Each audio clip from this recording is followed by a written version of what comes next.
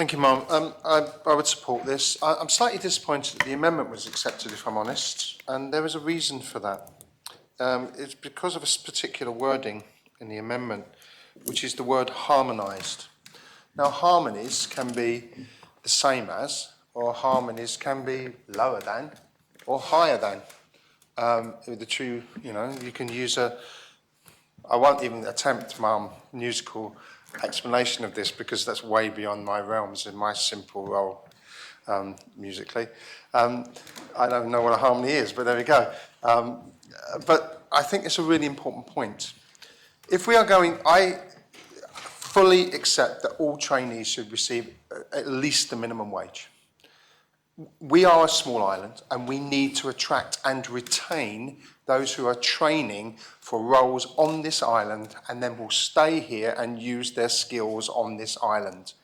Unless we address that issue, we are going to have a constant problem with the supply of people to work in our industries and our economy. There is a simple point that I think we would probably all agree on. But if we do not pay beyond a wage that is not livable to do that, then we are going to have an issue. Now, you could say, oh, well, if you're a trainee, you're not fully able to perform a role.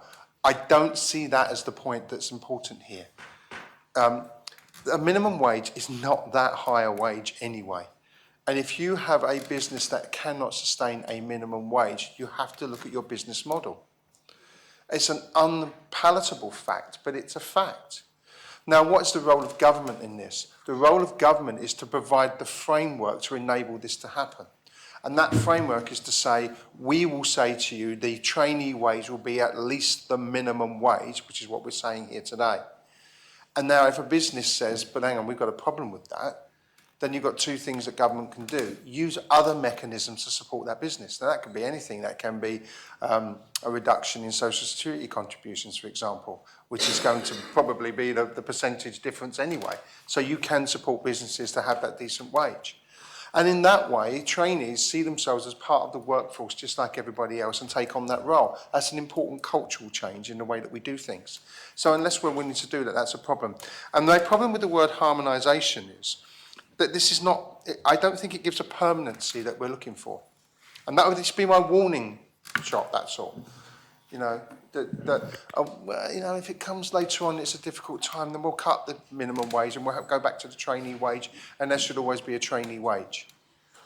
Actually, I think that a trainee is different from a trainee wage.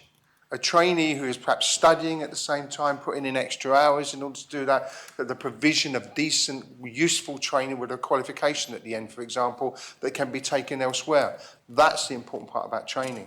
And I think there has been in the past a problem with trainees going from trainee job to trainee job to trainee job and staying on that trainee wage for a long, long time.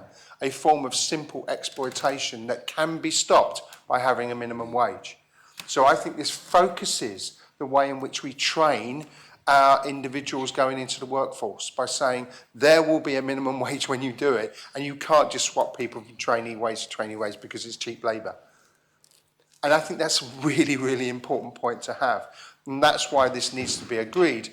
And you see my problem with the word harmonisation. I might just be being paranoid here, Mum, about the word harmonisation, but I want to get this on Hansard so that if it does happen, we can come back to it in a bit of time. So I fully support this, and I urge members to support this as well.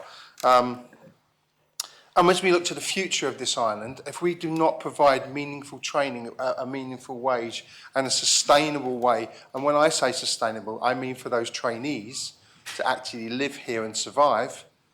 And let's be honest about it, you can't live on minimum wage. You can't live on minimum wage on this island to any decent standard anyway, unless you're working 2 or 3 jobs and you're training one and then working another one part-time in the evening. And I'm going to go back to something that was mentioned yesterday. I wonder where the gender inequality in there is. I bet it's enormous. I bet there's an enormous gap in inequality there in that situation on the island. So this is, to be quite frank, a very small step. And if we can't agree this, then I think we've got a real problem with our traineeships into the future. So I urge members to agree this. And so well done to the Deputy for doing it.